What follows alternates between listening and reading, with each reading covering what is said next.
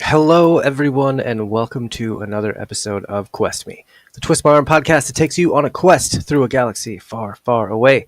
My name is Josh. I'm your forever host and friend of the Quest Me / Twist My Arm network. We're talking about Skeleton Crew this whole season. So this week we're talking about the finale. We have so much to talk about, so I'm going to get my co-hosts in here. We got Phil and Justin. How are you guys doing? Still, the hat. You brought it. Is this for the... That's your pirate hat, isn't it? He doesn't even have his headset on. He's just like... The hat is always here. Oh, it's all... It's always here. All right. It's just really hard to do a podcast without, Throw it on. Can you put it on over the headset? I don't think... No, that doesn't work. Nah, at some point I'll need to get myself a freestanding mic, and we'll be better to go with any of our, processes. Yeah, for sure. Justin, how was the week? Oh, the week was great. Work was awesome. I didn't do shit, and I got paid just to exist. And then I've been lazy all 4 days. Love that. Oh. Yeah. You've been on a bit of a trek, haven't you? Oh yeah, I've been watching Star Trek. I finished Discovery. Now I'm about to start Strange New World. So I'm going to be hitting up Jesse from Open Pike Night and digesting his and picking his mind. Yeah, for sure. That should be a lot of fun. Go listen to the episodes when you're, if you're probably like binging the whole season, it's not going to be as fun. But if you do it one episode at a time and go listen to Open Pike Night afterwards, it's pretty fun. They do a really good job over there with their reviews and all that stuff. So. Honestly, it depends on how long the episode is. If it's less than 2 hours, I can do it. Yeah. Yeah. I don't know. They keep it pretty simple. So, but thanks for being here, guys. I am so excited to talk about this season finale. We actually have not one, but two guests this week. It's going to be a bit of a free-for-all. So we're going to have a lot of fun. First up, we got a recurring guest coming back. His name is Hugh. How you doing, dude? Hey, what's up, everybody? Yo! Hugh! Good to be back. I think it's been a while. I think the last one was Ahsoka, so very happy to be back on the show. Thanks for having me back on, and really excited for tonight's episode. Yeah, absolutely. Thanks for coming back and hanging out, because it's always a good time when you're on here. So it's been 2 seasons, right? Something like Acolyte and what else? Yep. Yeah, Acolyte. Glad to have you back, Hugh. Glad to have. Yeah, absolutely. And then we have a new guest this week, someone that Hugh actually brought, and we're really excited to introduce him. His name is Andrew. How are you doing, sir? Thanks for coming on. I'm terrific. Thank you for having me, and thanks to Hugh for bringing me on the show. And happy to talk about the latest of serial television from Lucasfilm and the story group at Lucasfilm. Yeah, absolutely. So tell us a little bit about your Star Wars fandom. Are you a huge Star Wars fan? What's your background in that? That's directed to me, right? Yes. Sorry. Terrific. Saw Return of the Jedi in the theater with my dad in the early 80s with my brother. Got all my micro machines behind me here from the early Galoob days, and was able to translate that fandom into a class at the University of Denver called Studying Star Wars. I teach it every year. Just kind of was able to get off of that in December. Again, we do it about every December. Been doing about 4, 5, 6 years now, and we really try to study the Lucas canon for me, which is THX 1138, American Graffiti, and then the original Star Wars film, and then we delve into the entire fandom. And actually it was fun because this show was starting right as that class was ending, and so I was able to sort of introduce students to the most recent sort of addition to this sort of canonical storytelling, and especially for students who have no idea about what the canon is. It's always fun to just sort of teach people, young people especially, that and grow the fandom itself, because like the early Kenner toy commercials said, in the late 70s, Star Wars is forever. And I think that a show like this proves that. And then also just the general fandom that we have. And of course, there's always going to be the discourse and the fandom menace and the negativity, which happened when I was a kid and a young man growing up. We're actually on a recent, just quick Star Wars factoid. The special editions came out in 1997 around this time, and there was a lot of fanfare for the Star Wars film itself. And that was actually able to get back, Carrie Fisher, Mark Hamill, Harrison Ford, and a lot of people to help promote those special editions, which were remastered and then help pave the way for the prequel editions. So there's always some cool Star Wars yearly, thing. Lucas was writing the early Star Wars stuff around this time in 1973, 74. So it's always fun to celebrate fandoms, but especially this one and what y'all are doing here with the show. And again, Hugh, my dear friend, for inviting me from the Nerd AF podcast that I helped out on a little bit every now and again as the resident Star Wars nerd. So okay, it's all coming around now. Now I know. So we're about 4 decades in on my fandom, and say what you will, but still was looking at pictures today, gathering photographs for this when you asked me for photos, and I our last trip to Disneyland and Galaxy's Edge a year ago when I had in the salad days. Anyway, so yeah, I was looking at pictures from Oga's Cantina. So Star Wars fandom is a beautiful place, even if they can't, please everyone. So sorry to take a lot of air out of the room. No, that's back in there, and just that's my entree. But I've been very fortunate.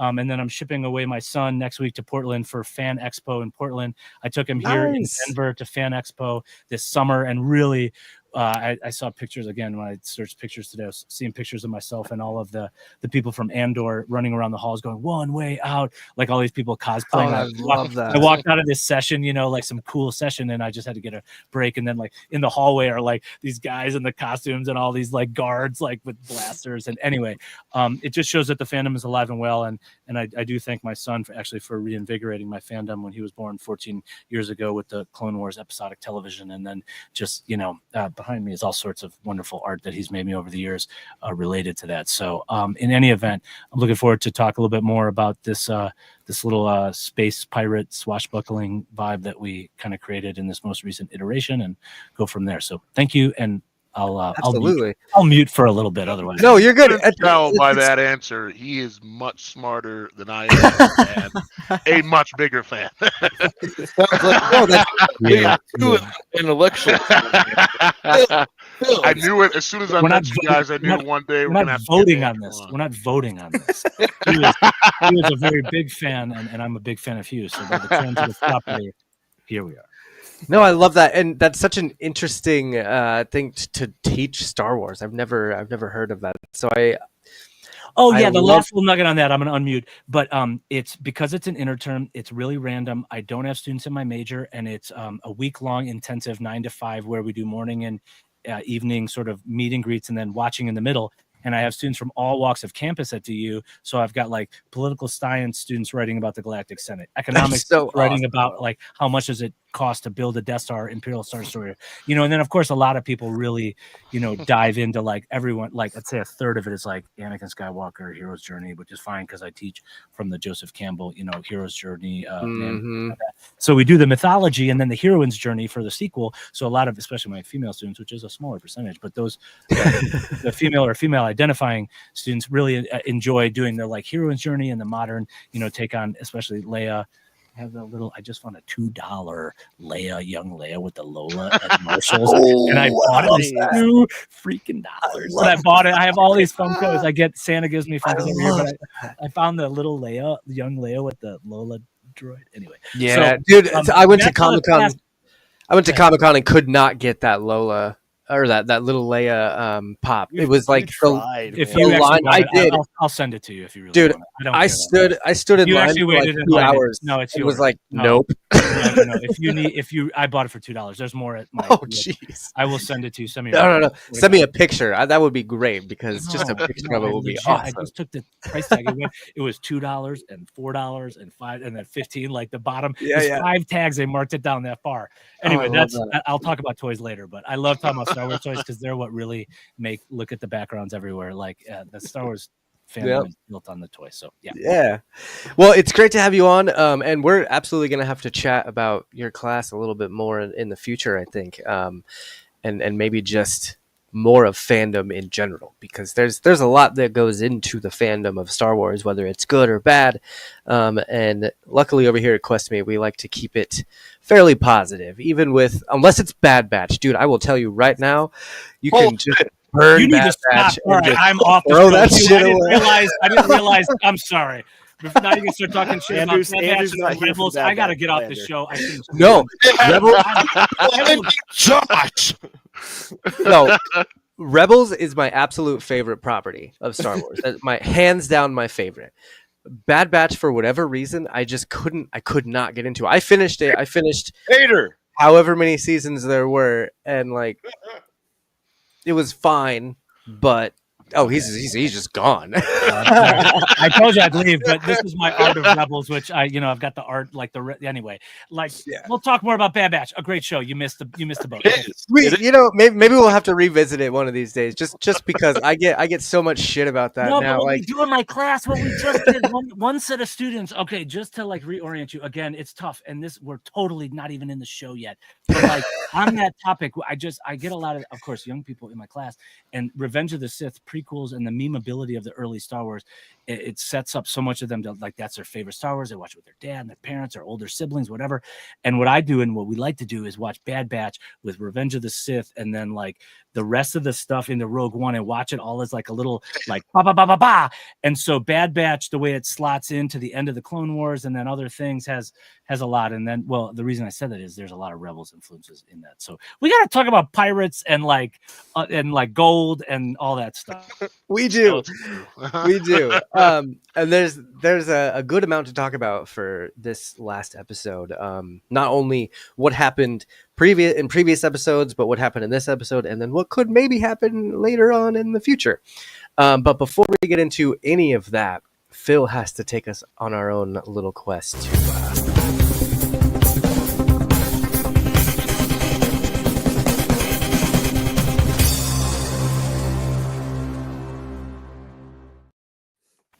That's right. We're going to a bar far away. So, Phil, tell us, what are we drinking tonight?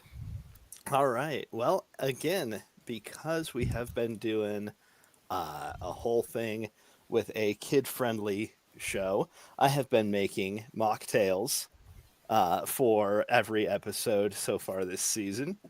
And today, I'm calling this one a hyperspace joyride. Just kind of a little nod to the whole adventure that the kids go on. This is 1.5 ounces of orgeat almond syrup, half an ounce of orgeat, half an ounce of blueberry syrup, and a half ounce of lime juice, shaken and then poured over ice, and then topped off with 6 ounces of Mountain Dew. Nice. That's a pretty easy little. It is a nice little sweet and mocktail. tart kind of balance there. Yeah. With the caffeine kick from the Mountain Dew. So that kind of greenish hue reminds me of the barrier in Fred Atten. So there is also that kind of greenish color to it. I don't know how well some of that. Here, hang on a second. Let's see if maybe it just looks green on my comes screen. through a It's little more better. the Maybe a little bit. Yeah. all right, now it's it might have just been my It screen. is delicious. And then for our adult watchers, I told Justin I'd come up with something that he'd be able to make with stuff he had at home. It didn't happen, man. I tried. No, I tried too. Tonight's cocktail is a riff on a Prohibition era cocktail. This is inspired by a gold rush. I'm calling this one a credit rush because we have the whole scene with KB and the spray of credits pouring out of the ship. So this is 2 ounces of Captain Morgan, 3/4 of an ounce of lemon juice, and 3/4 of an ounce of honey syrup. Just shaken and strained with a little lemon twist for garnish there. And it is also delicious. You're such a. I don't even understand it. This is why we do this. Don't lie. I tried making the cocktail with whiskey, and that's why I am where I am right now. It did not taste well. The honey, I had way too much, and the lemon was way off. Well, it's a good thing Andrew's here because Justin Takes probably won't be practice. talking too much through Yeah, this you episode, could I like suppose. Huh? overdo it on the lemon though. Yeah, you don't want to overdo it. No, because citrus just No. sits so Overdo it. high, right? It's acidic and Yeah. So Tried those 3 are times. our, What was the second one called, Phil? a credit rush. Okay, cool. Yep. There you go. Nice. Love that.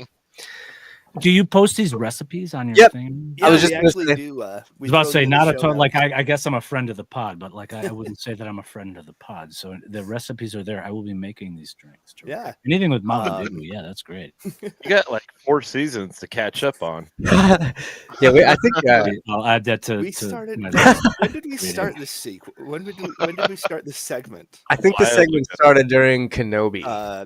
Because we did. I know we were doing it during Mando season 3. I think I think it was Kenobi because then it was Kenobi, the Mando season 3, and then everything after that. Ahsoka and Yeah. everything else. Yeah.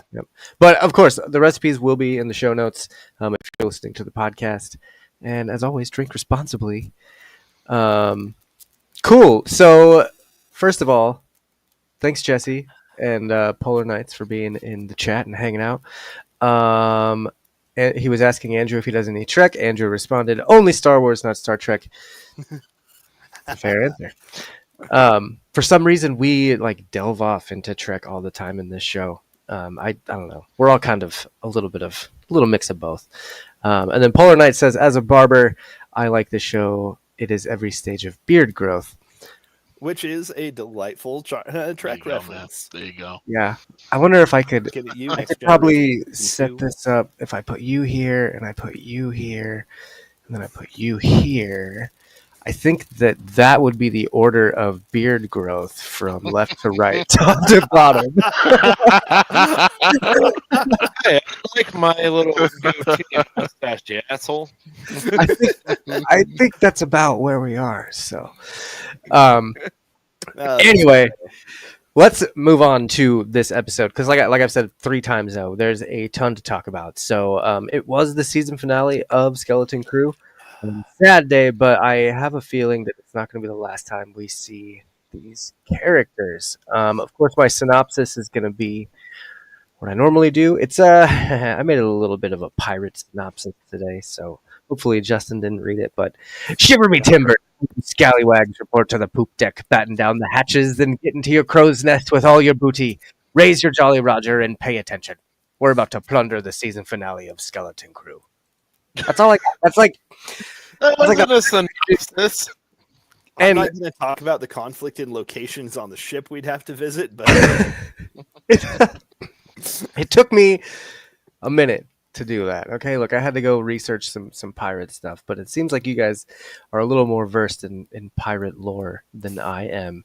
I want to start with the guests. So let's ask Hugh. We'll start with you. What were your thoughts on the series up to this point? Like, were you excited for the season finale? Were you kind of like, whatever, or what were you thinking before you watched?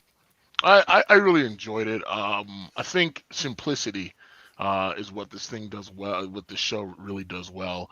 You look at stuff we've talked about before, Ahsoka, you got to know like extended stories, Thrawn, Night Sisters, stuff which people may not be familiar with. Look at Acolyte, we're in like witching covens and all that, and it gets virginces in the Force. It gets a little bit complicated. This is something everyone can just kind of understand. There's treasure. The kids want it. The pirates want it. They want to go on a big adventure. Goonies style, very simple story to understand. And it's a nice joyride, and it gets into that kind of just original adventure of Star Wars. I think that's may have been a little bit lacking from some of the previous shows, not in terms of, obviously the action has been great, but just being a little bit more simple, a little bit more direct, a little bit more accessible, if you will. And that had me excited. Heck yeah. Andrew, what did you think of Skeleton Crew leading up to this point? Man, he took all the words out of my mouth. I mean, that's okay too, because it's like, and I'm only coming in here at the end of y'all's, seasonal sort of wrap up. So excuse me, especially for friends of your show, that this might seem repetitive, but let's just talk in isolation though, right? In a vacuum first, Sure. just because I don't want to repeat what. But in a vacuum, episode 8, I'll take this as like the way fandoms are so divided. My dear friend who from summer camp, I've known this guy for 35 years, like, been on Fish Tour and all these things. He's one of my favorite Star Wars friends when we were summer camp counselors. We always wanted to have Star Wars Day and stuff. But, he sends me a note. He's like, yeah, really satisfying conclusion to the show. And we were texting. We text throughout, like he was back in the day right before, Disney Plus launched. Like he was the one who was getting me like the pirated Disney XD versions of Rebels. Yeah. And, you know what I mean? So like he has like a great server of like all the comics and all the books. So like this is someone who's like deeply invested into the understanding of what Star Wars is. So for him to say that, I was like, well, that's great. Cause he's like, 45, mid 40s dude. He's got, a young kid. And, I think it's great to have Star Wars shows for kids. And, I have watched it with my kids. They liked it at first and so on. But in a vacuum, episode 8, back to the anecdote of him saying it's satisfying. I suppose it was, but I have questions, right? And I guess because I study this stuff, it's hard for me to separate my own feelings. Like for me, I heard Goonies there, and it's the whole Amblin Entertainment ET's type journey, and we get that. It's so tough with Star Wars TV because it's either too spread out or not spread out enough. There's 8 episodes. Should it be 12? Or should it be 20? You know what I mean? And then like, dude, it's run into those problems. So this feels like a really natural conclusion to like the first half of the season to me, in a way, because I think there's still a lot to explore. And I read a critique, and I don't necessarily agree with it completely, but like one of the classic Disney things to do is just have like one character just like do a trauma dump, and then it explains their whole backstory so they don't have to do it. Also, maybe it saves in production and also a lot of flashbacks and stuff. But then they give this like, other characters get these long, extensive, flashback kind of thing. And so anyway, I liked that our kids won because I think that's important. We were pulling for all of them. Thank God they didn't kill any of them off. I was really worried that they killed the droid, and then like she's holding him, which I thought was really cute, and that little creature that was climbing like near the head. Yeah, like his head, and the little mouse crawls out. Like thank God, like like no one really of consequence dies in the entire thing, right? Like Jod dies a death of his own like psyche, and then he's and he's standing. And who knows if he dies or not, like in whatever he ideally, like, I don't know, ideally. That had to have been done on purpose, though, right? Like leaving Jod alive at the end without knowing exactly. So it's like fade to black. He's smiling at the end. He figured something out. Like it just fades to the next scene or whatever. Absolutely. That's he huge. Still has a lightsaber. He still has a lightsaber. He's access to a ship or something if he lives. You know what I mean? He's fine. He's fine. I'm not worried about that guy. But like, anyway. Sticking the landing was something that was brought up in the intro. It stuck a landing for an 8-episode series of what it had to do in suburban Star Wars universe, and the kids are home with their parents. They're all alive, and everyone comes home. The one thing that I've most relished from this, and I've queued up and it's on repeat on my Spotify, is the soundtrack from Michael Giacchino, the son of Michael Giacchino or Giacchino from all the other things. So anyway, my favorite thing, my takeaway is, and when I listened to the music again, I looked at the tracks and lined them up, and I was like, these things, these beats, the heartbeat, the pulse of it was really well done, and all that construction. And I think I wish only that they had dug more into the swashbuckling pirate stuff as opposed to just pirates offer treasure. I think that's a very easy trope to get into. And I think the morality of pirates, that stuff like, Pirates of the Caribbean and all that other Disney franchise does, maybe a little bit that gray morality, which I always really relish that as well. So. And I think Jod showed a little bit of that gray morality towards the. Oh, he was terrific. He was terrific. He was. I meant of the other pirates. Yeah. No, Jod was fantastic. I'm just agreeing. Really the closest we get to that is the crew just being like, "Oh, Brutus is dead. Okay, back to Jod." Yeah, Just their immediate kind of shift in loyalty. See, and I'm glad, Andrew, that you brought up the 8 episode thing, because it's been something that I've kind of been bitching about for the last couple weeks. This show would have, I think, been just leaps and bounds better with a 16 episode season. Even 10, 12. I mean, anything more than 8. Like, that's been my main concern and issue with Star Wars over the last few series and seasons of things, is they're like 6 to 8 episodes. And if they're only going to be 6 to 8 episodes, by the time you cut out the credits, I've always made this joke that I'm just going to put all these shows together and cut out the credits, and it's going to be a 2-hour long movie. No, they should do more features, but they're not going to. So it's, I don't know, that's kind of my biggest complaint about Skeleton Crew is, yes, the finale was 42 minutes instead of 31, but it still didn't, like you said, it didn't really dive into the characters as much as it could have. It didn't dive into the planet as much as it could have. It didn't even, I mean, we got a really cool reference to, Hitchhiker's Guide to the Galaxy and 2001: A Space Odyssey with the supervisor. Hey. But but oh, I know, I'm sorry. Wait, what was your first reference? We had Hitchhiker's Guide to the Galaxy. Okay. With it's Stephen Fry being the voice of the narrator in the yes, Hitchhiker's film. He's yes, the voice of the supervisor, right? Yeah. Yep. And the supervisor kind of reminds me of the giant computer at the end of Hitchhiker's Guide as well. Or Just in THX 1138, the DAD actually, and I mean that's just the model. There you go. Right, we always have to have a godlike figure if we're gonna have control and thinking machine. Resistance. Yeah, Right. I'm honestly just kind of surprised they didn't go the full Hitchhiker's route and have the mouse in Smee's head be the one who was running things the whole time. Oh, that would have been awesome. That would have been great. Because it would have been great because people would have just hated it and lost their minds. You know what though? I will say, well, really quick on that. Y'all are digging in deep into other sci-fi fantasy fandoms. I would say that the casual Star Wars viewer would not notice a lot of Hitchhikers. Oh God, no. Just for no. I mean, and my son just read the whole thing, and he's got a really beautiful bound copy, and I read it a while ago, so. It just doesn't play into my viewing of Star Wars. Let me put it that way. And the only reason I reference that is because of Stephen Fry. That's like the whole thing that I can't get it out of my head now. I can't get the supervisor is now the narrator for Hitchhiker's. It drives me crazy sometimes. But other than that, I mean, I think with this episode, with all of us here, we're gonna dive into segments a little early, and then kind of, we'll discuss things as they go through the segments.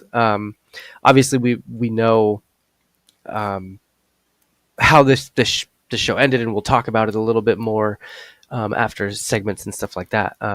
But it was a pretty straightforward episode. You start with.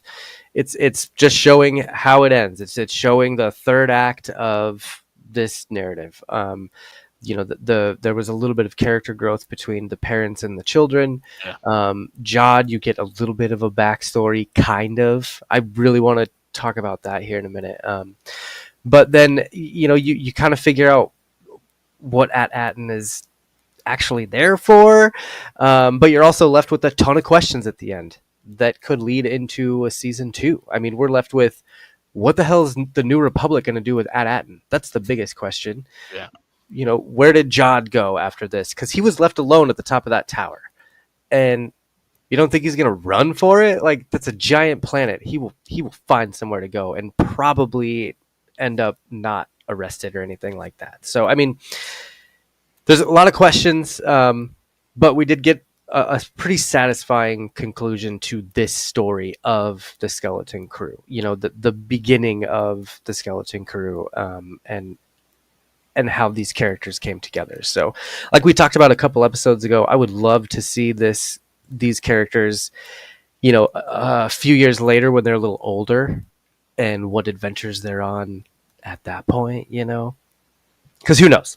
Who knows? They could do anything with this show. So. That all being said, let's just go right into our Which one should we do? Let's do this one.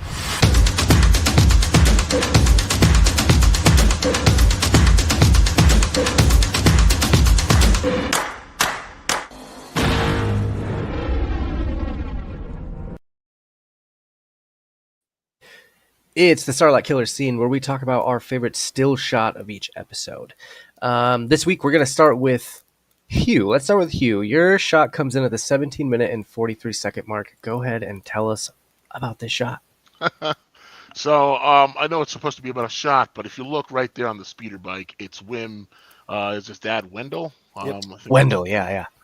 I like the payoff on this for such a short amount of time as we've said, just 45 minutes. Bringing those two together throughout the show, they've had kind of a cold relationship between father and son, very distant. Now seeing them bond together, kind of taking control of their own fate. Wendell enjoying a little bit more of what Wim likes to do, which is go on adventures. They go, kind of pays homage to that.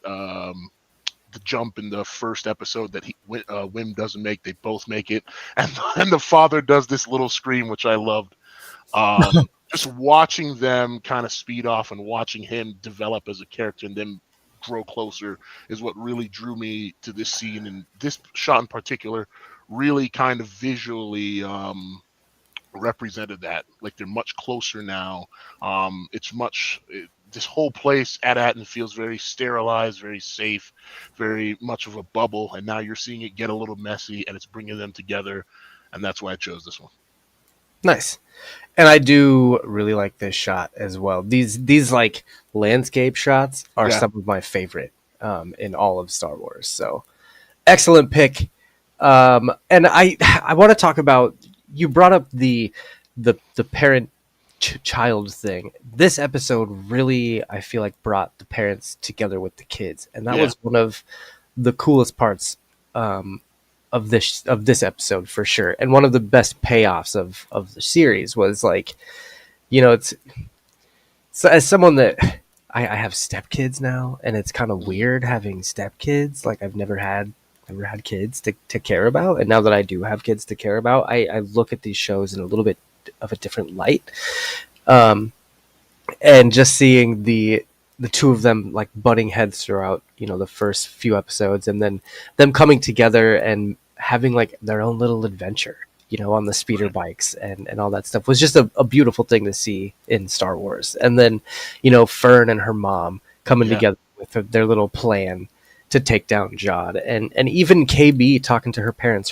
saying, "You can fix everything," and her going, "I'm gonna fix it." Like, just awesome all around with that full circle story arc with the parents and the kids. I really enjoyed that part. So, and you gotta love the quintessential dad moment where they're like, "Can you turn the power back on?" It's just like, "Son, you're talking to a level 7 systems coordinator."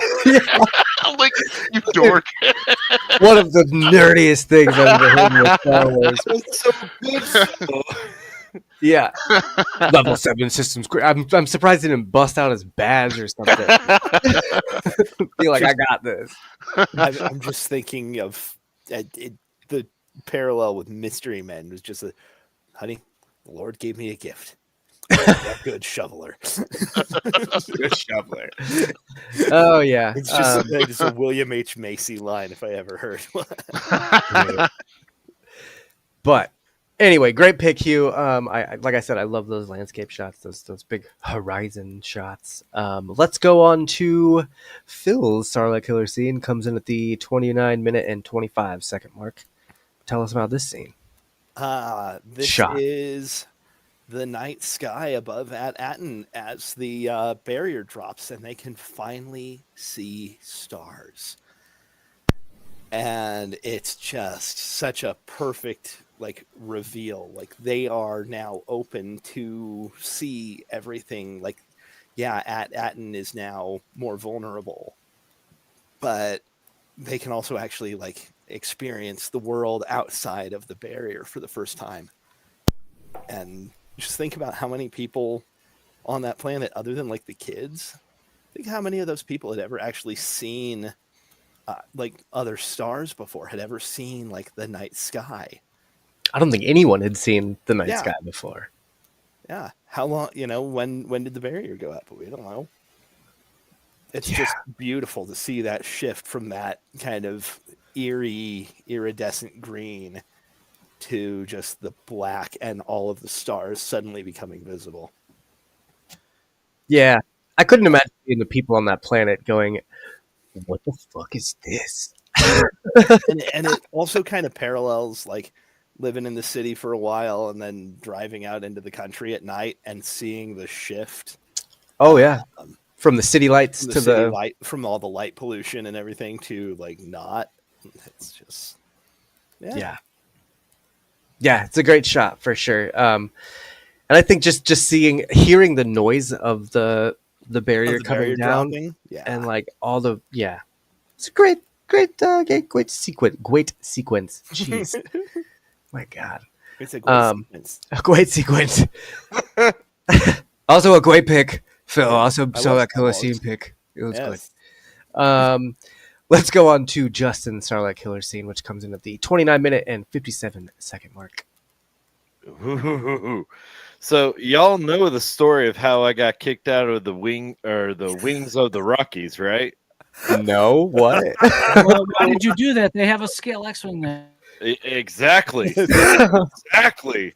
So they had a Star Wars night one night that was for adults only, and I drank a lot of blue milk that evening. Oh no! And I decided I needed to hop into the X-wing. Oh no!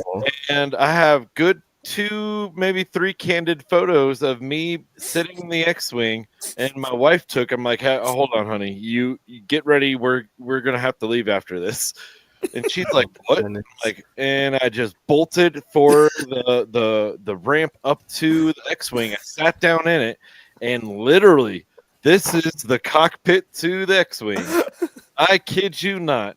You can check Facebook. I have a photo. I'll send it to the group.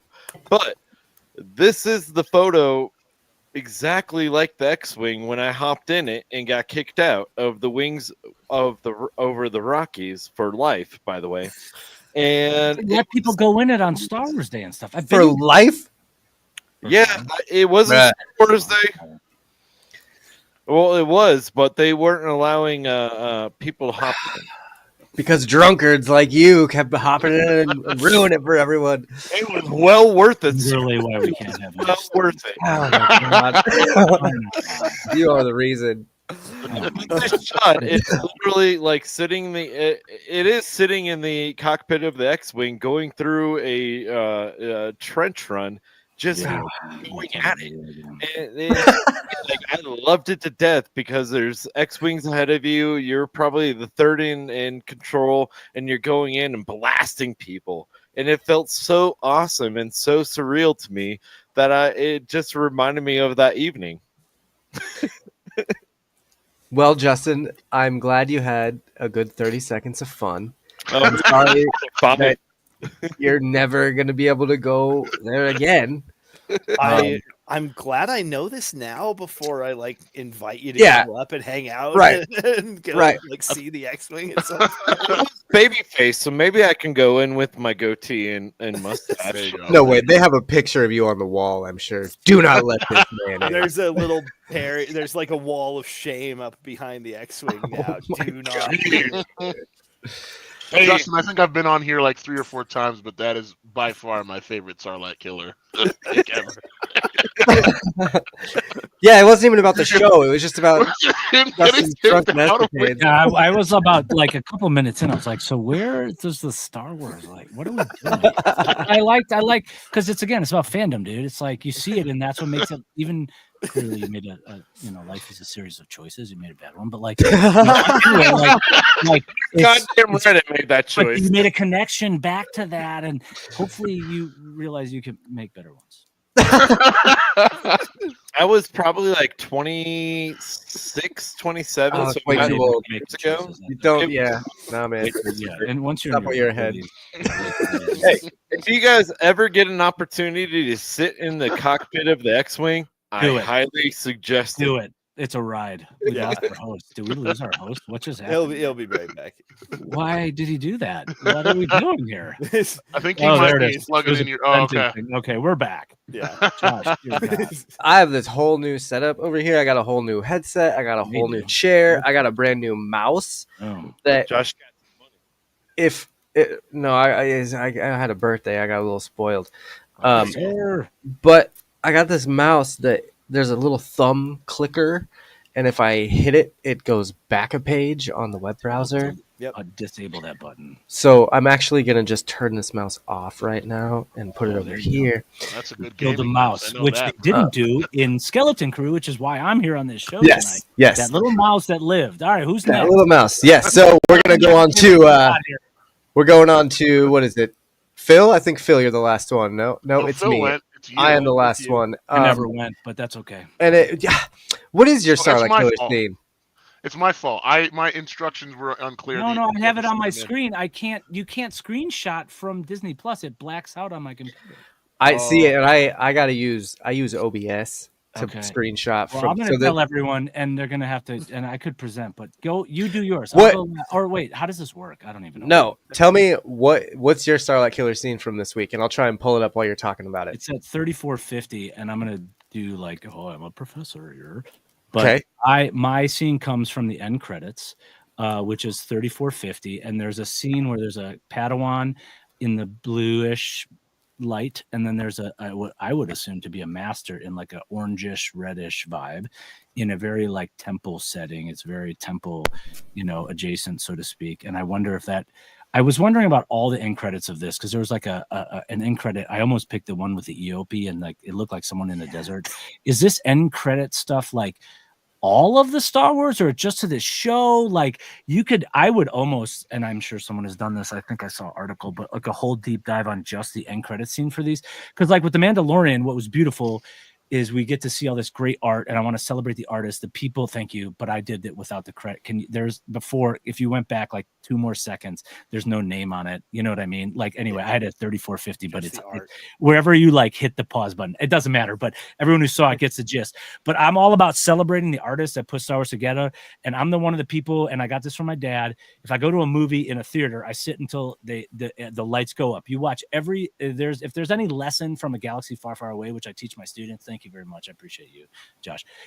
Is that you sit through the end credits, because there's thousands of people that went into making that movie that the 5 of us are now going to go trash, right? Or we're going to celebrate, or we're going to absolutely misinterpret because we think it's our job. These people, this is their job.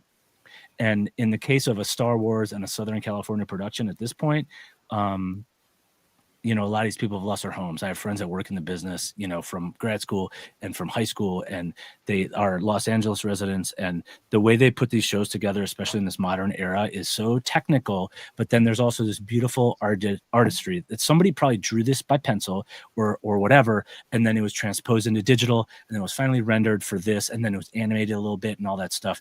And the end credits of all the stuff that Star Wars has done, but especially this show, I found very unique and different and exemplary. And I have an entire collection of the Art of Star Wars books here, because I teach Ralph McQuarrie and the antecedents. And so anyway, my favorite shot was this, but only because it was for this show. I actually liked others, but I feel like I wanted on this show to celebrate the artists who put this stuff together, whether it's the young junior designer or animator who works at Lucasfilm, yeah. Anyway, that's my thing. And that kind of leads into my Starlight Killer scene. It comes in at the 12-minute and 17-second mark. This shot right here of the pirate ship coming in, it's so beautiful, and the graphics and all the special effects that were used in this were so good. They did. This is an ET shot. Absolutely. It is, and they did such a good job with kick-ass with making those shots, throughout this whole series. Beautiful. Yeah, man. No, it's such a Spielberg shot. It's also very dark, like everything, and that's my other comment. But whatever, that's my main fan. That's it. This was nighttime on the planet, and it's fine. There have been so many shots that I've had to brighten up. Like Hugh's shot, for instance, I had to brighten this dark. one because it was that's very that's dark. my old man Super complaint. dark. But that whole scene where it comes down is very ET, very Independence Day. Like it's Yes. classic or a Close Encounters. Close Sorry, Encounters, Close Encounters. just- Thank you. yeah. Sorry. Very doomsday-y. Yeah. And like I just think of the people on this planet right now watching this ship come down to them and then watch it start blasting them. Like that's Saw someone be a even crazy say, thing. It like gave him 9/11 flashbacks, which I was like, oh that's god. oh no, someone who that's like actually lived through it. I'm like, I didn't think about that, but like things That's- are triggering, right? Like it was more like the people looking up, they're like, Oh yeah. yeah. not about the thing. It's more about the way it like the people looking up in fear was like something that really triggered this viewer, which I was like, I I get if that was me, I get that, but I don't think that's what they were going for. No, it was kind of like the trigger warning they had in Ahsoka with Anakin going through the Jedi Temple and all the kids getting killed. Like that was right. It was released like 2 days after a school shooting. Yeah. Oh yeah. Of course. Yeah, yeah. Like, so I mean, I could see people getting flashbacks from any of this kind of stuff. You know what I mean? But yes, to your point, I love to dive into these sort of things because of that, because I love to give the artists their due. Now, we might not talk about their names as much. I do like to give out the composers' names a lot, like Giacchino. This whole season has been phenomenal, Yeah, dude. yeah. One thing that we haven't talked about enough on this season is the music. Mhm. And this episode for sure was like just chef's kiss, man. The pirate themes mixed in with the Star Just the Wars theme is themes. very bump. It's perfect. It's a shanty thing. Oh, it's so good. It was great. So yes, I'm all with you on that with supporting the artists and stuff like that. It's nice to see other people that kind of dive into that sort of thing. I'm pretty bad about that sometimes. I'm like, oh, that show was produced, or this was, the artist of this show was this, or the voice actor was this, and he did that. Like it's good to know those people. But then I think that was the last bit for my segment there. I'm trying to go back here and read the comments here. All right, nothing yet. Oh, Jesse hasn't even seen Skeleton Crew yet. Just here to support the guys. That's all right, Aw, Jesse. thank I you. appreciate you being here, and I appreciate your help with my upcoming project. I'm very excited about that. So let's move on to the next segment. It is going to be this one right here. He's no good to me dead. He will not be permanently damaged. Boba's Bounty is the part of the show where we talk about our favorite new thing that has been brought into Star Wars. We lost Andrew. And we're gonna start with. Let's start with you again. We'll go here. This is this Boba's Bounty here. So explain to me what this is. Is this the right one? Not quite. It's just, Damn but it reflects it perfectly. It's just suburbia, like in Star Wars. I thought it was really cool.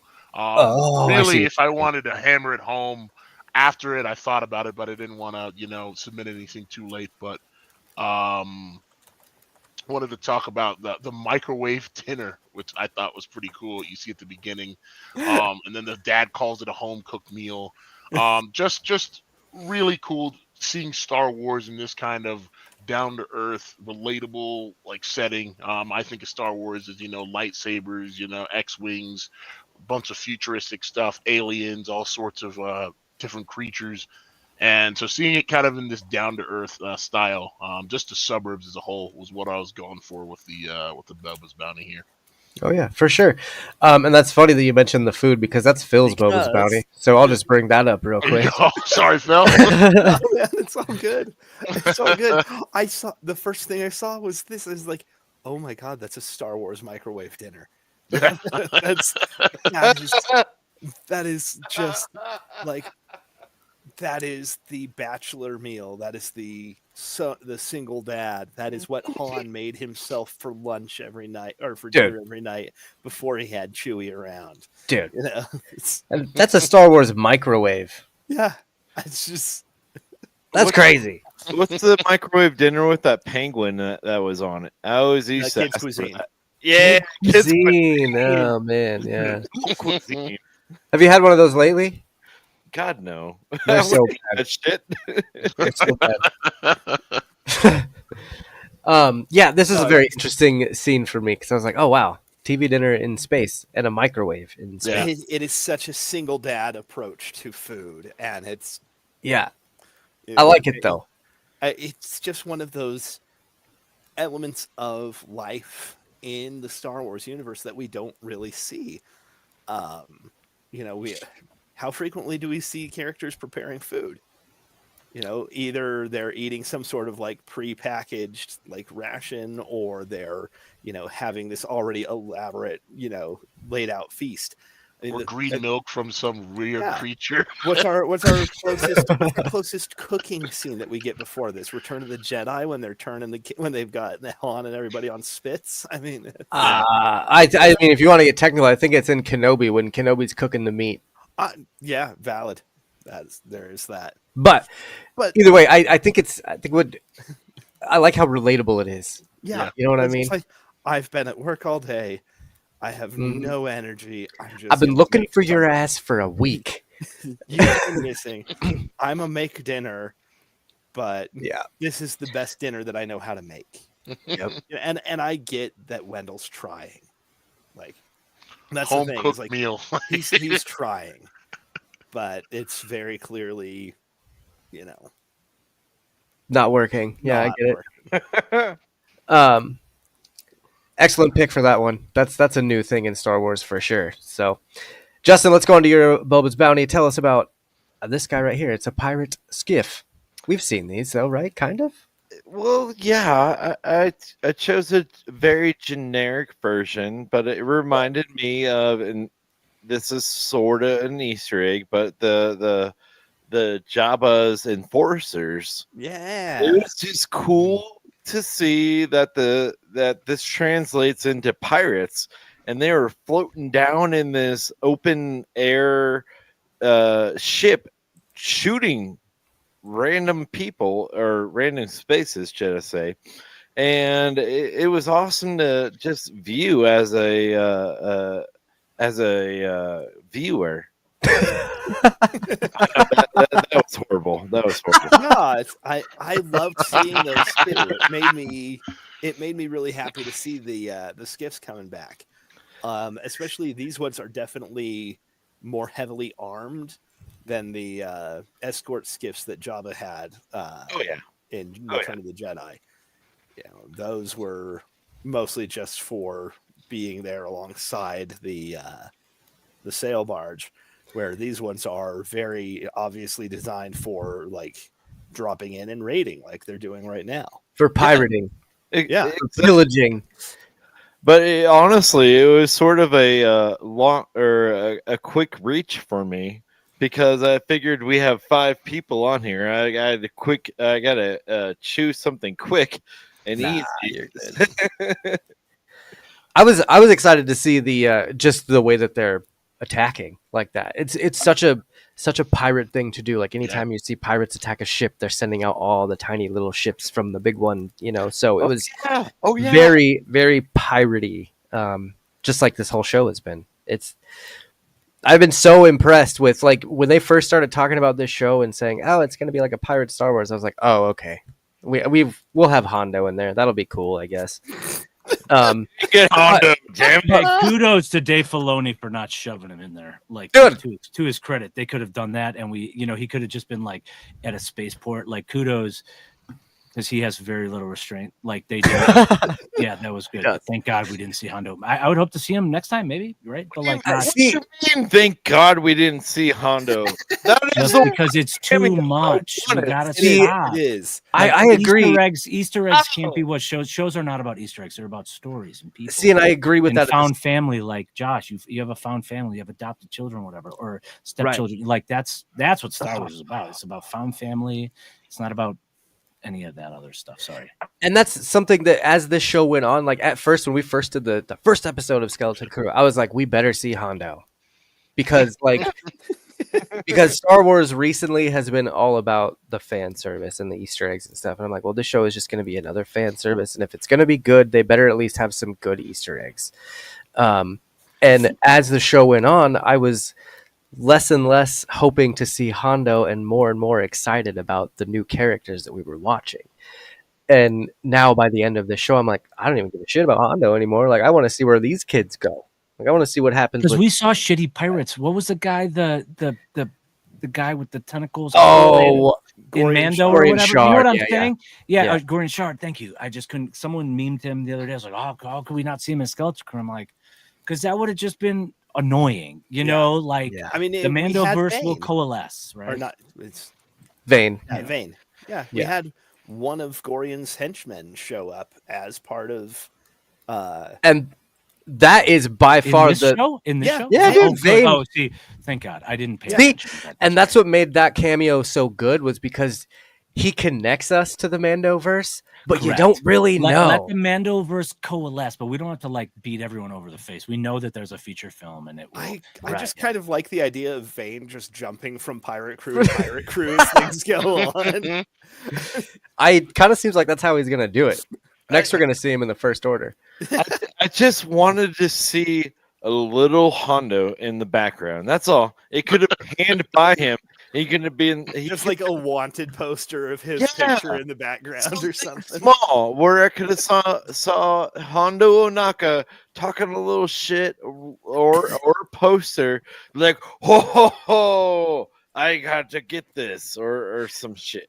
But now they're just ham. If you do that, then you're just ham fisting it in, and it's just kind of like, you I know. would have been happy with the fifth, man. Loose. I am loose. Oh my god. Well, Andrew, did you have a Boba's Bounty for this week?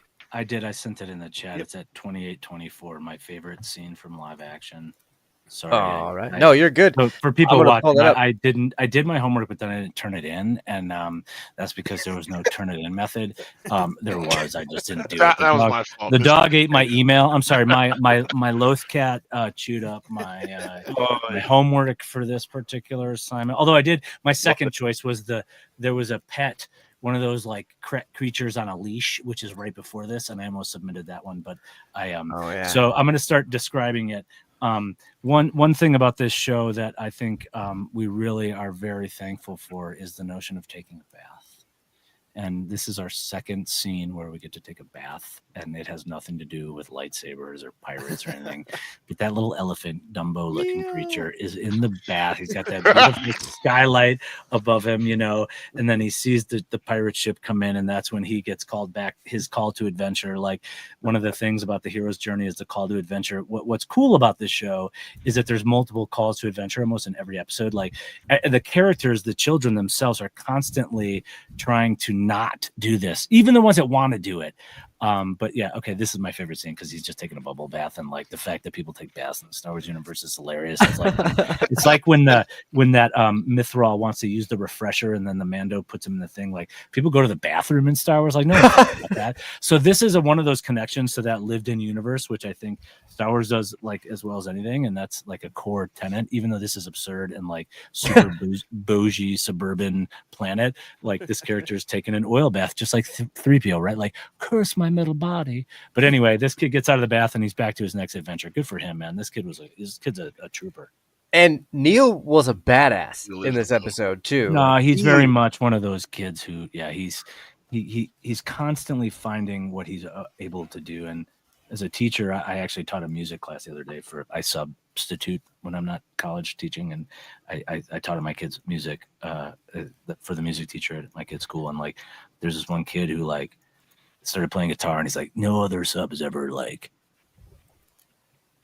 cared, you know. And it's like kids constantly need to like know that they can do things, and like this character especially was constantly being reaffirmed in his ability, which I really appreciated about him. Awesome. And I think that paid off at the end of this when he was sitting there with KD. The unsung hero. He's not a top. But without him, yeah, you can't do it. Yeah. But Nothing also happens.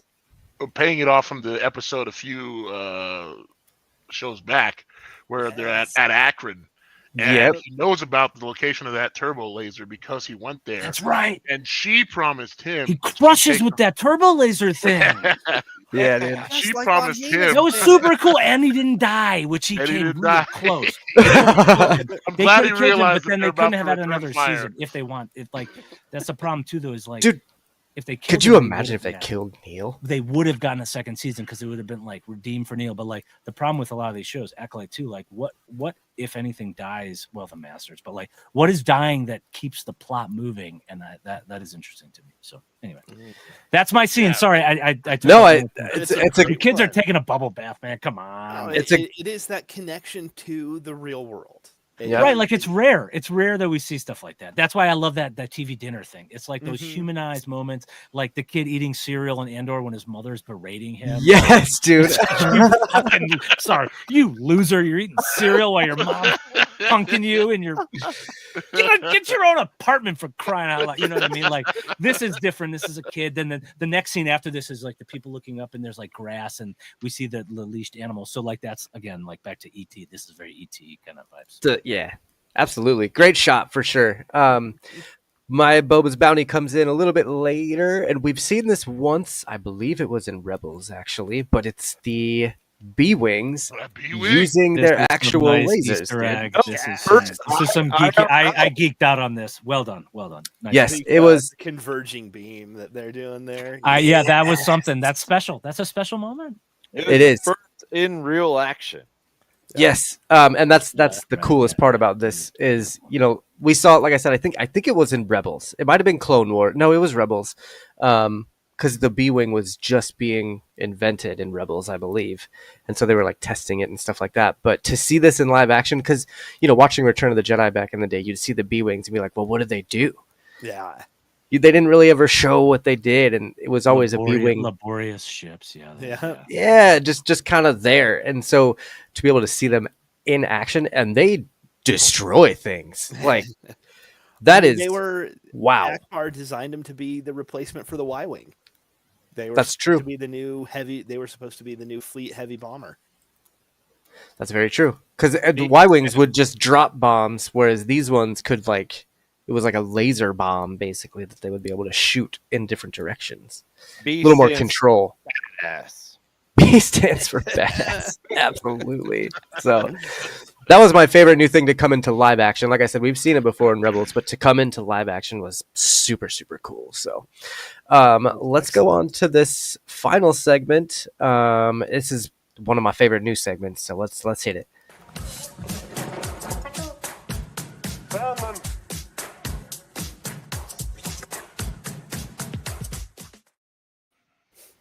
Grogu Eggs is the part of the show where we talk about our favorite Easter egg.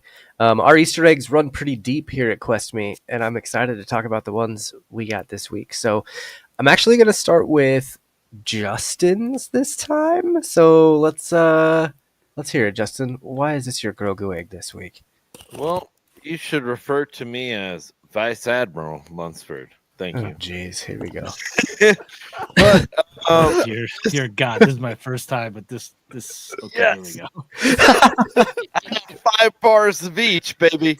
But in this essay, I will argue. That's where this is going.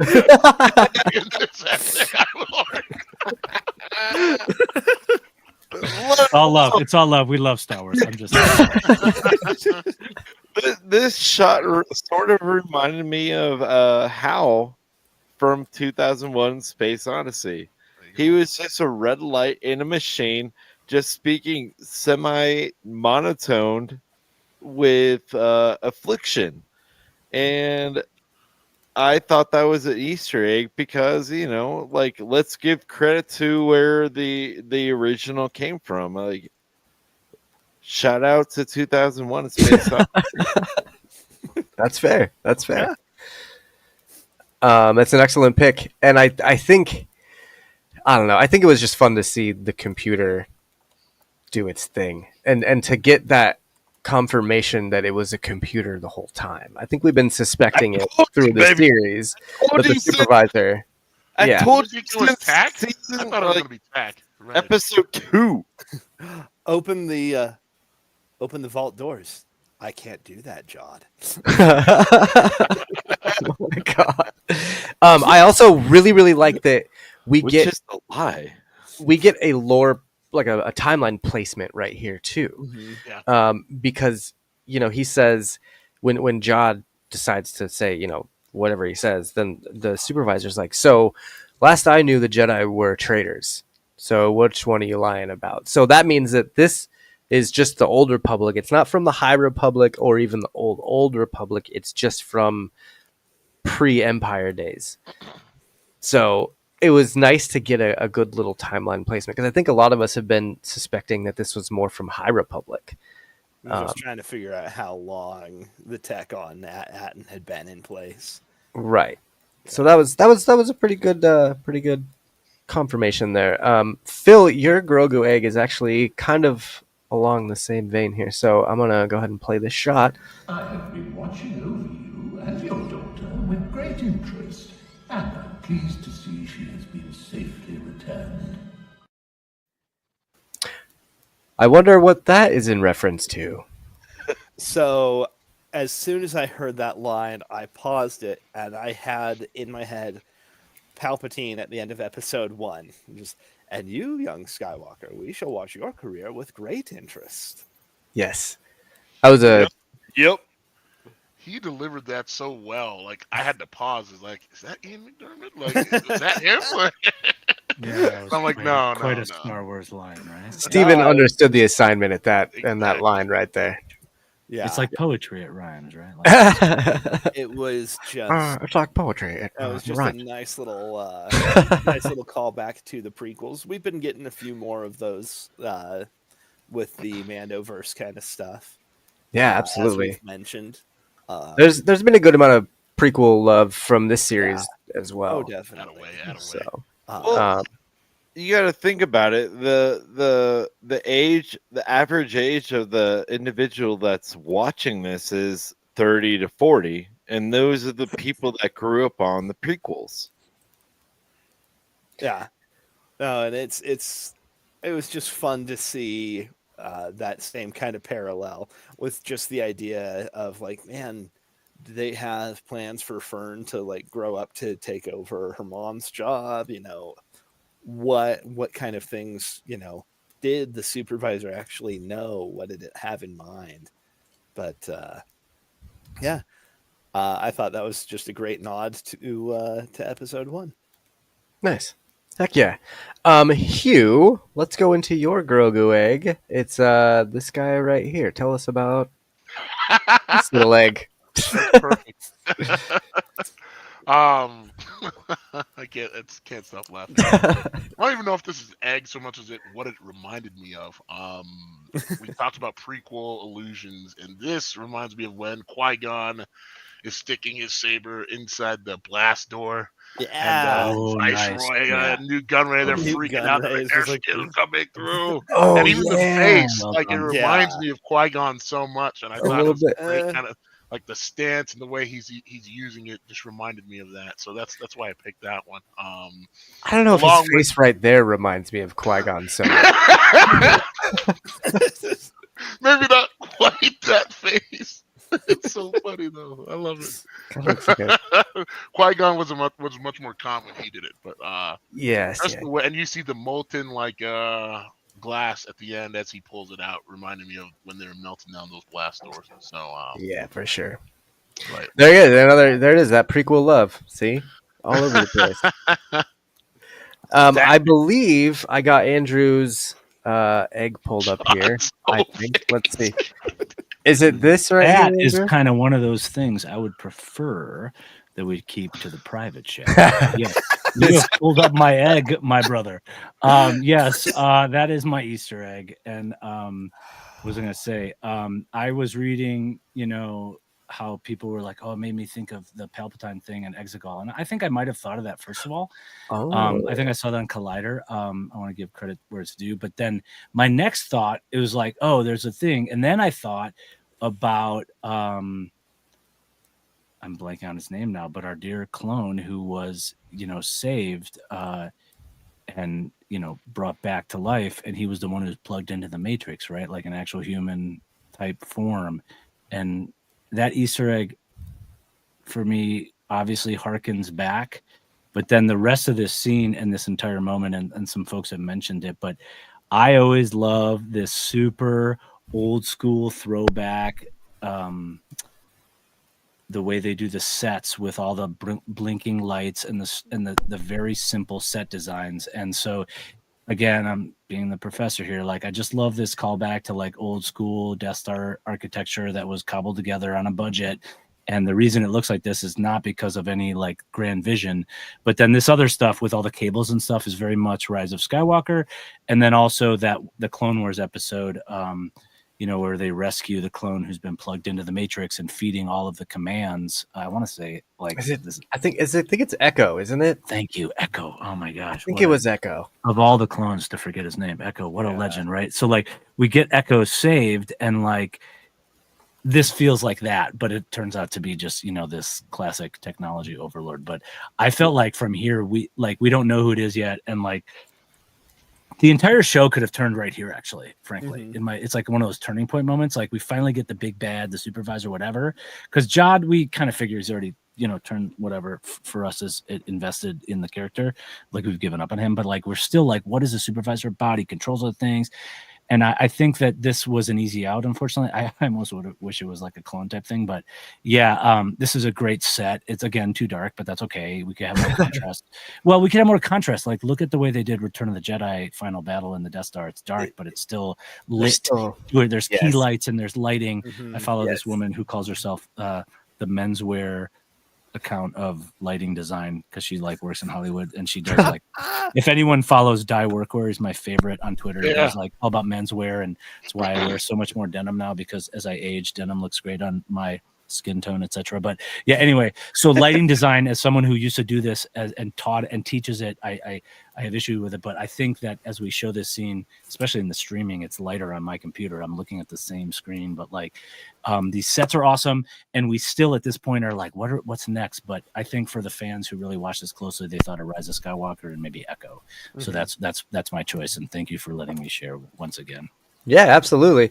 That's a good shot. I really like the ominousness of that shot right there, and how it's like, was this a bustling building at some point? Were there a bunch of people up here working along? That's what it feels like too, right? Like it's like one of those abandoned places of the Star Wars universe, like one of those dusty ass corners of the galaxy. Yeah, like I don't know. Just kind of seems like the supervisor was left to his own devices, and they kind of trusted this computer to do the right thing, I guess. I don't know. That's cool. I like that extemporaneous. And for Jesse over in the chat, a lot of the effects throughout this were done with practical effects. Phil Tippett. Yeah. Phil Tippett. Dude, I have the book. No, it's in my office. Supervisor. Yeah, the Phil Nice. Phil Tippett's work and the stop motion. Oh yeah, that what was that creature that the kids on the other place? Cathalops. Yeah. Oh, yeah. That, like Cthulhu? arachnid thing?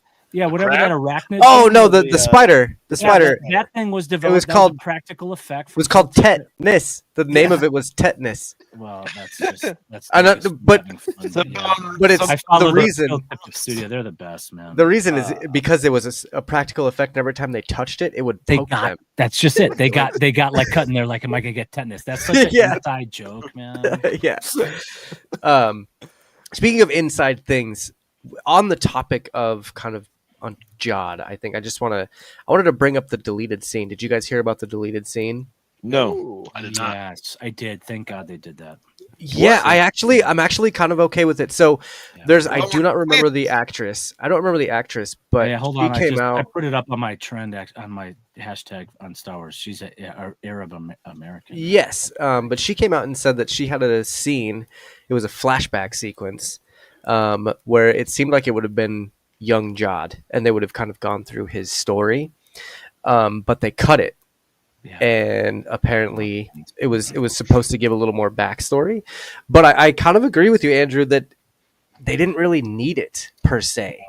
I like the mystery of thinking that Jod is maybe a little bit gray. He's got a little good and a little bit of bad, and I'm okay with not seeing the backstory of him watching his Jedi Master get killed. It's too much of a like Caleb Doom and back to that. Like every other Star Wars character, Rey, and every other person has seen their master die or watched their Patriot. If it's the clones they watched, even the old crippled guy who's like he dies too. Like everyone sees their, whatever. Yeah, we're getting the Batman effect at this point with Star Wars. Like, we're always seeing Bruce Wayne's parents die in every single new Batman, even though we know that his parents are killed every time. So, So but would yeah, that have been in place of when he's talking to women? He says, "Grow no, up."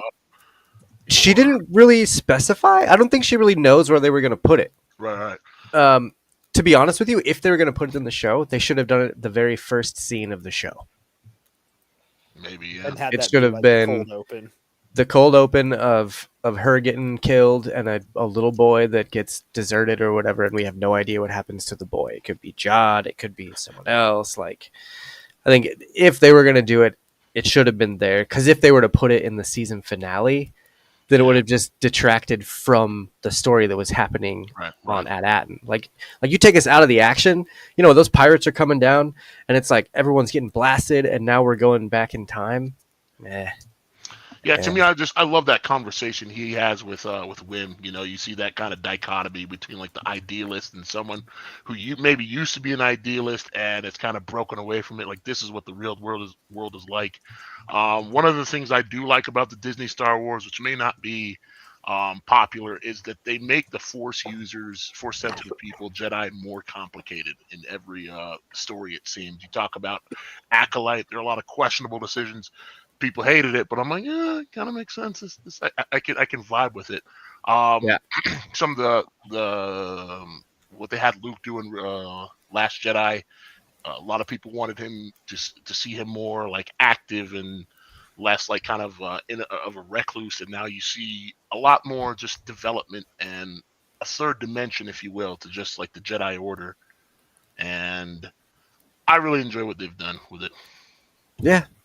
I mean, I'm excited to see, and I always say this and I always get shit for it, but like, I'm still excited for more Disney Star Wars. I can agree that some of the shows haven't been as good as other properties or whatever, but like, we're still getting stories. And at this point, I think they're finally getting it. They're finally getting what the fans want in Star Wars. We don't just want to be showered in Easter eggs. We want to have a really good story with really good characters that takes us out of our real world.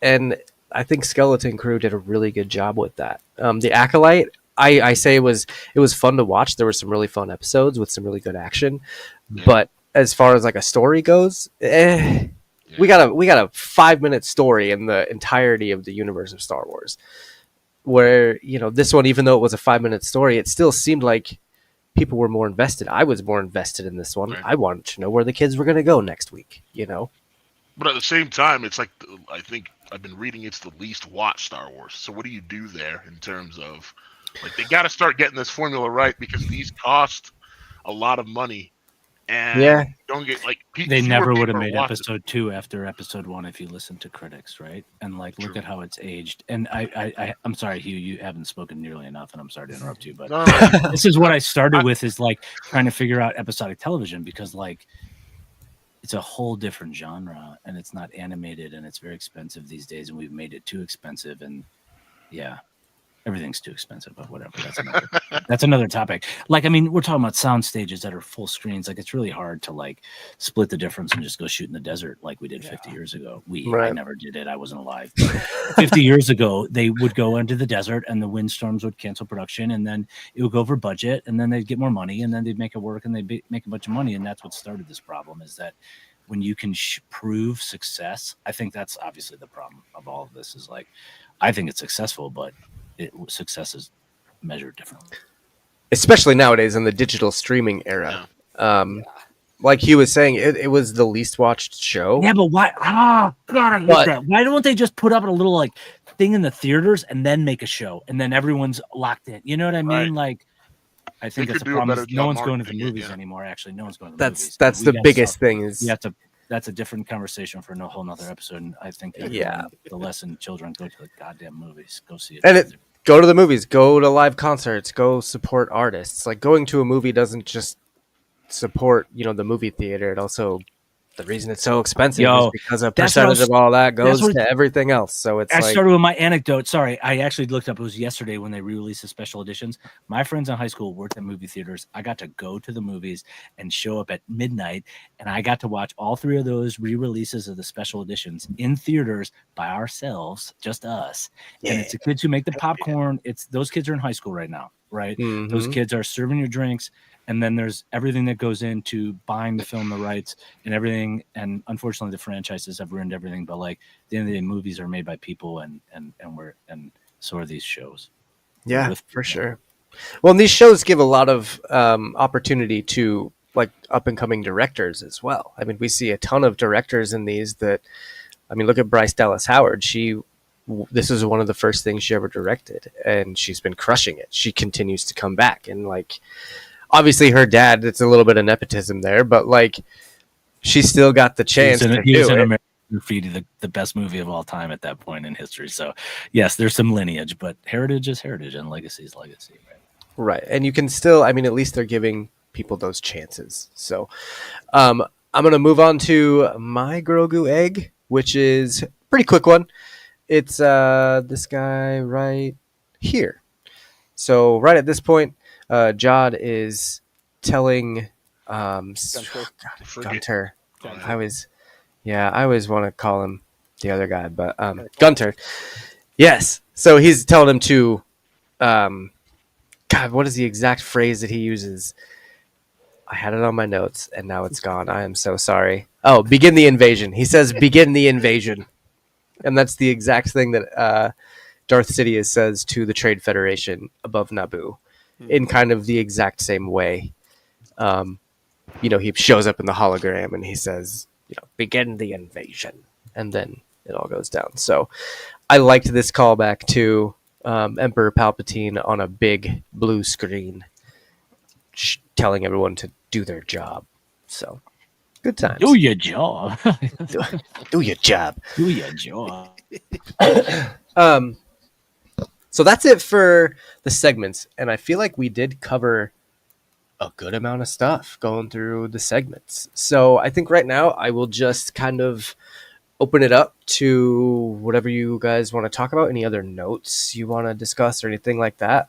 Phil, let's start with you. Did you have anything that you really wanted to bring up?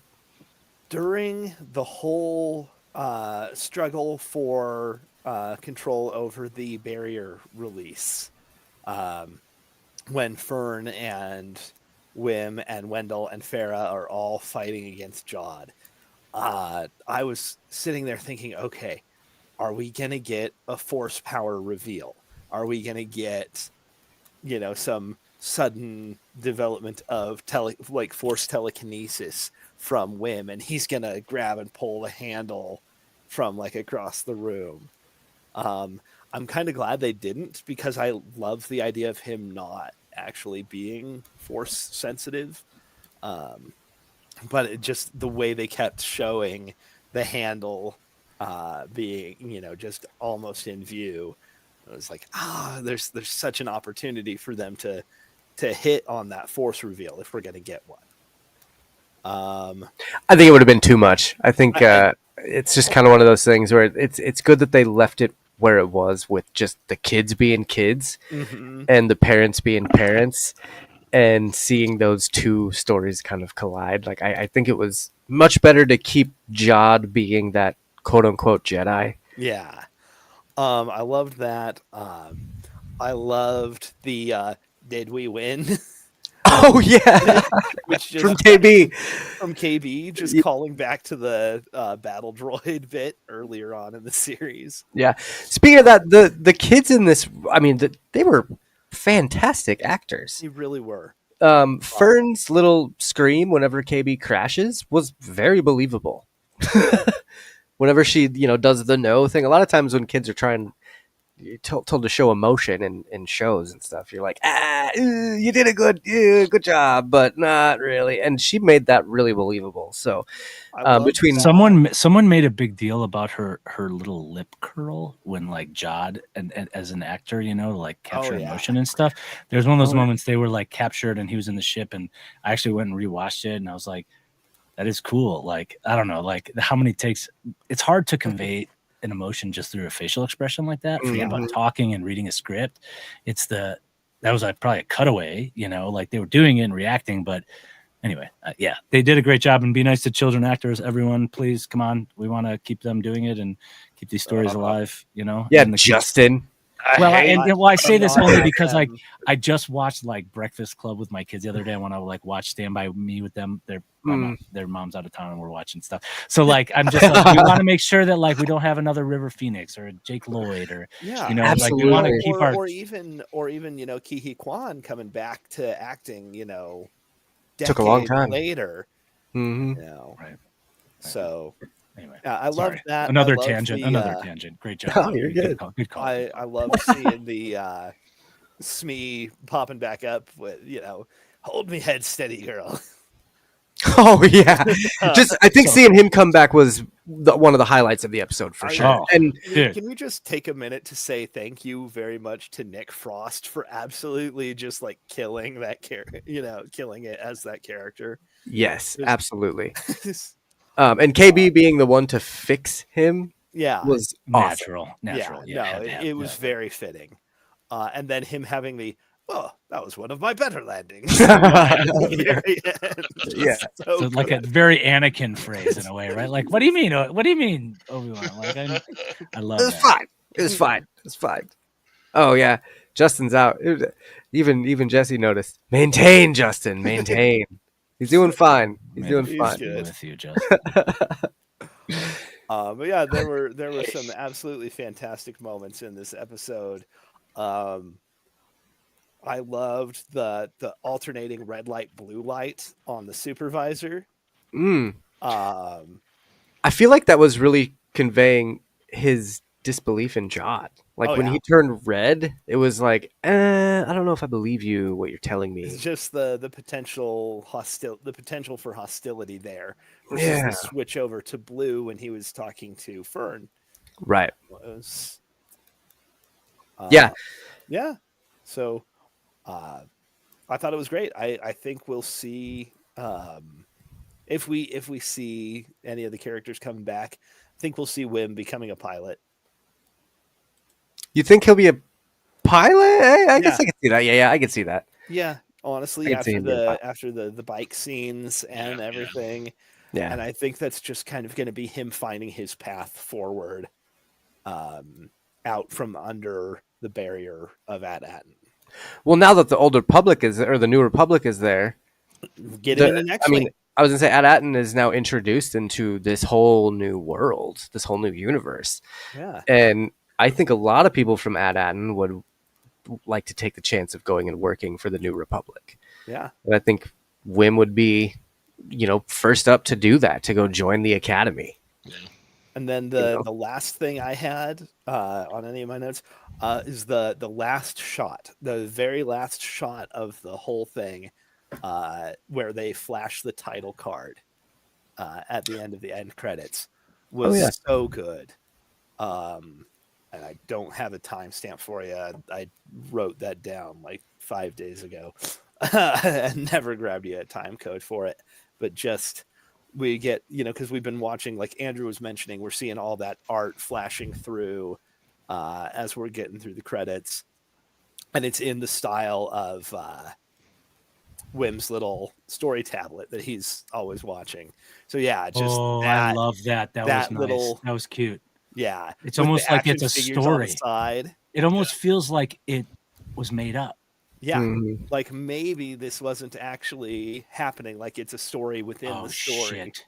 Yeah, now you've got the meta narrative. I saw that stuff and I thought about the mind of a child and but I didn't, I guess, until now think about it being all made up. And I prefer it to be that way. I don't want to think about any of this at all. I want to think about this as like the night where you stayed up too late and you made up a story with your friends.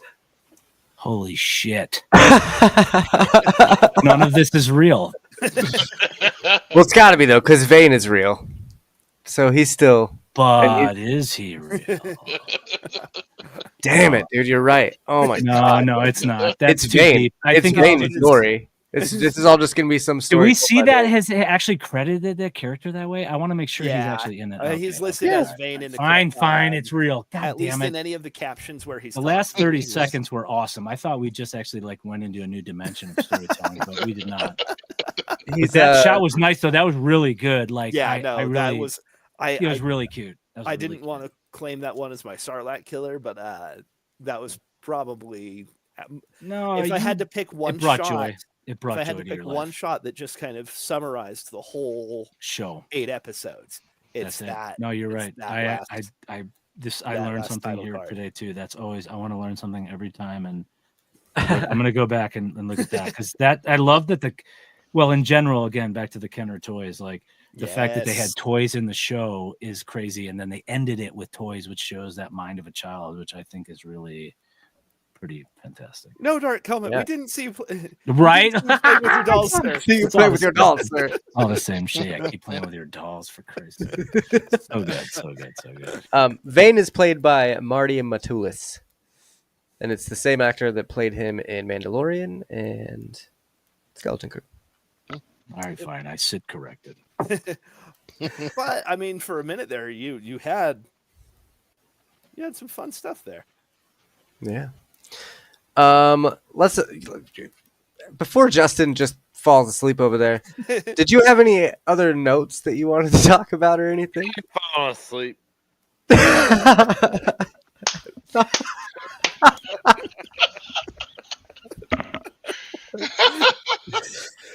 Oh, I'm gonna take that as a no. No, you're a hater, man. I ain't falling asleep. Hugh, did you have any final notes or anything that you wanted to discuss? No, I asked all the questions I had throughout the show.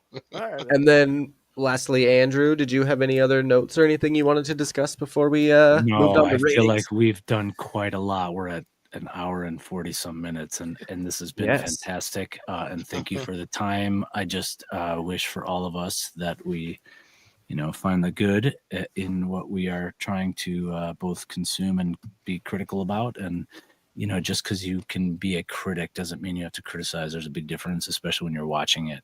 I think the one thing we all need to do, and I have a hard time with it myself, is when we're sitting there watching it, put your phone down, turn the lights off, and be present for that story, and go to town. And it's so hard with spoilers and shit. I haven't watched Skeleton Crew right away every time. I've kind of waited maybe a day later or late at night in my bed, and watched it. And that's how it is with serial episodic television these days. And you want to really give that moment its justice, especially in the Star Wars universe. But then it's the classic, take a minute and let your thoughts marinate before you start spouting them out, right? And I'm not saying we're doing that here. I think we've all meditated in this a lot, but I think the casual fan, I would always encourage to, there you go. I like that. I like that a lot. I am very much a proponent of that. I put my phone down. My lights are usually off. I have headphones on when I'm watching my Star Wars. My door is locked behind me, so no one can come in. Like, I am very, very much involved, and I think that helps when you're doing something like this. I don't like our show to be as much of a critique show as much as it is just talking about shit that we love. You know what I mean? And it's kind of something that I like to advertise for other Star Wars fans. Like, maybe you don't like everything that's come out, but you don't necessarily have to bash it like crazy all the time. There's a few YouTubers out there that found that out the hard way with the Acolyte, and I think the toxic fandom is one thing, but enjoy what you enjoy, and that's all I can really say about that. So I had like 3 other things I wanted to bring up. First of all, the X-Wing, I forgot to mention, he says lock S foils in whatever position. Dude, attack position. Lock S foils in attack position. Sorry, I wrote in my notes lock S foils in I'm coming position. So like I forgot to write attack down. And then I also wanted to discuss the punch. Wim's dad punching Jod. Yes. What a great moment for him. That dude had more of an adventure in an hour of his life than he did in the entirety that he's a repressed young man. Dude, we feel bad for him. I really I do. love the little Cleveland fist, like Cleveland from Family Guy. Yes. You get second It's just split. like he's like a falling man. Like there's so many. Yeah, he's. I wasn't the biggest fan of him throughout the whole series, but I can respect Not him a now. sympathetic character at all until the very last episode of all. Yeah, when we go back to like talking about episode 8, like or the last arc of 7 and 8, like he really redeemed himself. He's not a redeemable character. He's very too much in the lines, right? But Yeah. But I love just seeing him kind of come out of his shell there. That whole riding the bikes with his son and like them going through the city and like his dad telling him lean hard to the left or whatever, and them just working together was such a cool thing to see. Trust awesome. me, lean when I yeah, tell you no, to that lean. was awesome. Yeah, it's one of those things as like a newer parent that like, man, you just want to be able to connect with your kids like that, and to see them actually be able to do that, because you could tell Wim throughout the entire series was Lowe's father. It's a classic trope in children's media. You must be against your parents, right? Ferris Bueller or whatever. Oh yeah, for sure. But I think the big difference is, I mean, I guess I haven't watched a lot. I've watched a lot of stuff, but not as much where we actually got to see the parents and the kids come together more than like Ferris Bueller. You don't really see that. Oh no, But I absolutely just, it's great. It's great. So I have 2 questions for you guys. The first one is, did they stick the landing? Let's go yes or no, starting with Phil. Did they stick the landing? Yes. Hugh. Yes. Andrew. The Lithuanian judge gives it a 9.5. Okay. And Justin? Yes. Okay. So then my final question is, it's kind of a 2-parter, but and we'll start with Andrew. Would we want a season 2? And then if we did, would we want to stick with these same exact characters or maybe move on to the future a little bit? No, we need the core characters. Jod is perhaps extemporaneous, or maybe he's always there as the big bad or like in the background. But yeah, I forgot the other question. Do we want a season 2? Oh, if we did, I could see more from it. It would be enough for it, and it would only be enough in the notion of this tablet story character action figure mind of a child. It only works if we can do that. Yeah. So. All right. And then Phil, would you want a season 2? Similarly, I think it would very much depend on what kind of plot they were trying to roll with. As we've been sitting here, I've been sitting thinking, do we have like someone gets kidnapped and they have to go find Jod to go help, to go rescue somebody or something along those lines, where they 2 skeleton, 2 crew. Thank you, Jesse. 2 skeleton, 2 crew. No, if they had a strong story, I wouldn't mind seeing these characters again. Yeah, for sure. The Disney villain death of everything is very, very much, setting the ground for a possible follow-up. And I wouldn't mind. Honestly, I would not mind seeing more or more things just in this vein of just the side quests. Kind of side quests. Yeah. Heck yeah. Justin, Hugh, are you guys on board with that? Nope. I'm happy where no further explanation. It ended. I am truly happy where it ended, and it can be it is wrapped in a pretty bow, but it can be answered with a couple of questions. Okay. All right, Justin. I think I wouldn't mind seeing a season 2, kind of like with what Andrew said. I think you should split off Jod from the crew, keep it about the kids, and then with Jod, I think you could do your own kind of spin-off series with him. The choices he makes, his unwillingness to kill. Like, he has several moments he could kill any of them easily. Yeah. He always tried to kind of dodge it, so there's still a little bit of anti-hero in him. He could have his own thing. He teetered for sure. Yeah. Yeah, But yeah. you can have Skeleton Crew be the four kid, but the child actors do age pretty quickly, so It's Yeah, true. I wonder how they if do they're gonna ask do it. Stranger Things kids. Yeah, Yep, I mean, for the sure. nice thing is though that with the way they ended things, we could see it. Something happen with them several years later, yeah, um, and a getting the band back together kind of moment. yeah. Heck yeah. I don't know if it'd have the same vibe. It feel like it'd be more serious, but yeah. Yeah, and I'd agree with all of you guys, except Justin. I would agree with a season 2 would be good. I'm happy with the one season and it's done. One and done. All right, so we're gonna wrap this up. We have the last thing to do, and that's rate the show.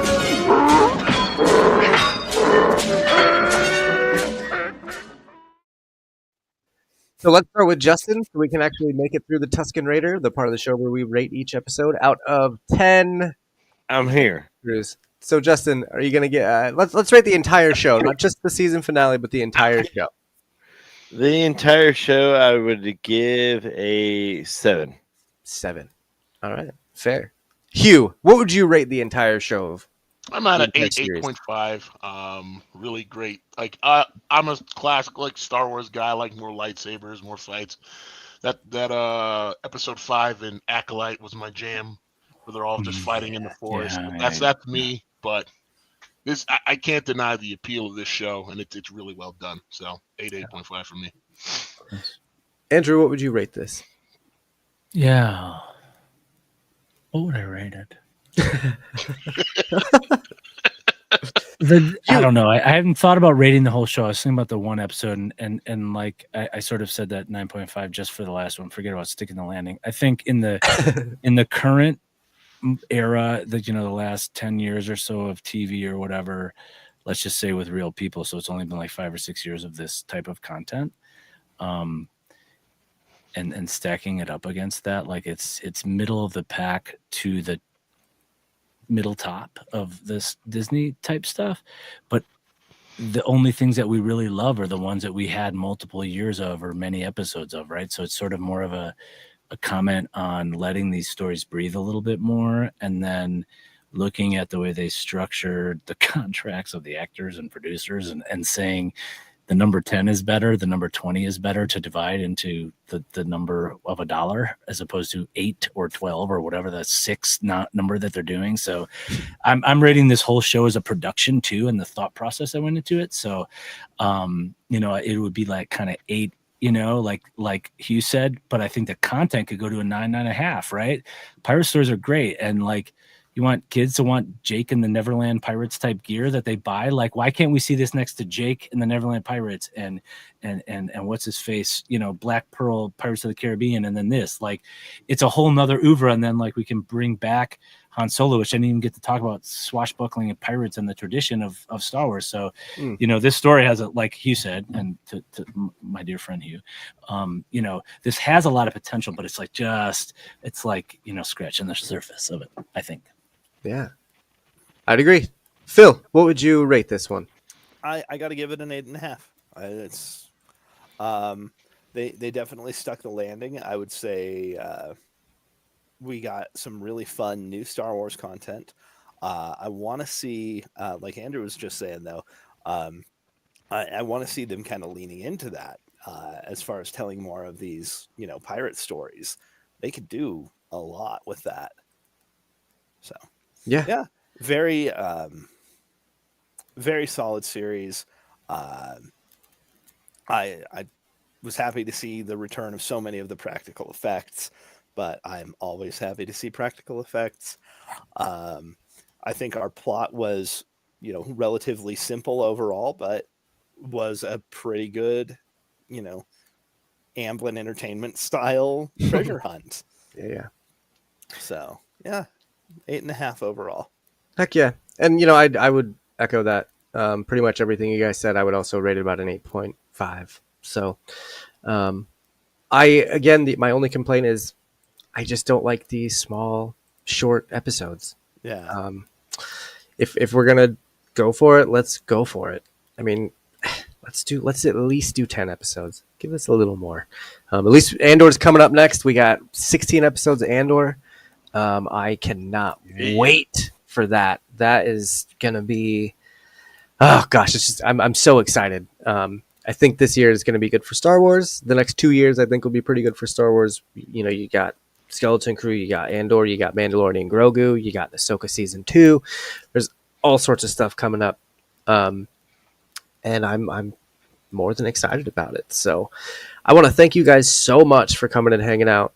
Thank you, Andrew and Hugh, for being here and chatting some Star Wars. It seems like you guys were a hit and that you got to come back at least 3 more times. So I would love to have you guys back for Andor, because I mean that's one of the most story-driven Star Wars properties that they have, and it's got.